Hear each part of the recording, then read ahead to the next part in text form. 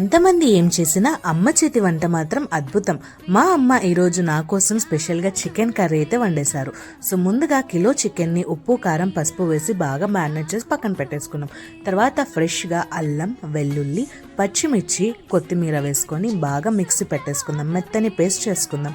ఇలా పేస్ట్ చేసుకున్న దాన్ని మనం ముందుగా మ్యారినేట్ చేసుకున్న చికెన్లో వేసేసుకొని ఒక 1 hour వరకు రెస్ట్ ఇచ్చేసుకుందాం. ఇలా రెస్ట్ ఇచ్చుకున్న తర్వాత ఒక బాండీ పెట్టుకొని దాంట్లో 4 tablespoons ఆఫ్ ఆయిల్ వేసుకొని 3 medium size of onions and 4 slits of chilli వేసుకొని బాగా ఫ్రై చేసుకుందాం. దీంట్లో కరివేపాకు వేసుకొని ముందుగా మిక్సీ పట్టుకున్న పేస్ట్ కొంచెం మిగిలిపోయింది కదా, అది కూడా వేసుకొని బాగా ఫ్రై చేసుకుందాం. ఇలా ఫ్రై అయిన దాంట్లో 1 tablespoon పసుపు, 2 tablespoons ఆఫ్ కారం, మీకు టేస్ట్కి తగినట్టు వేసుకోండి, కారం ఉప్పు.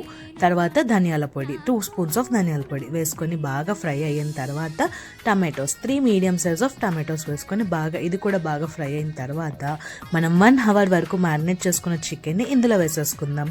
ఇలా వేసుకున్న దాన్ని మూత పెట్టేసుకొని ఒక 20 minutes వరకు బాగా మగ్గించుకుంటే నీళ్ళు చికెన్లో ఉండే వాటర్ మొత్తం ఊరుతుంది. అదే మన కర్రీకి సరిపోతుంది. సో మీకు ఇంకా వాటరీ కన్సిస్టెన్సీ కావాలి అనుకుంటే మీరు ఒక గ్లాస్ ఆఫ్ వాటర్ వేసుకోవచ్చు.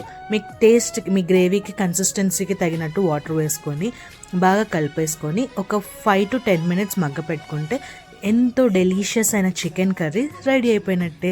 లేని క్లైమేట్లో వేడివేడిగా చికెన్ కర్రీని ఎంజాయ్ చేసేసేయండి. Thanks for watching. బాయ్.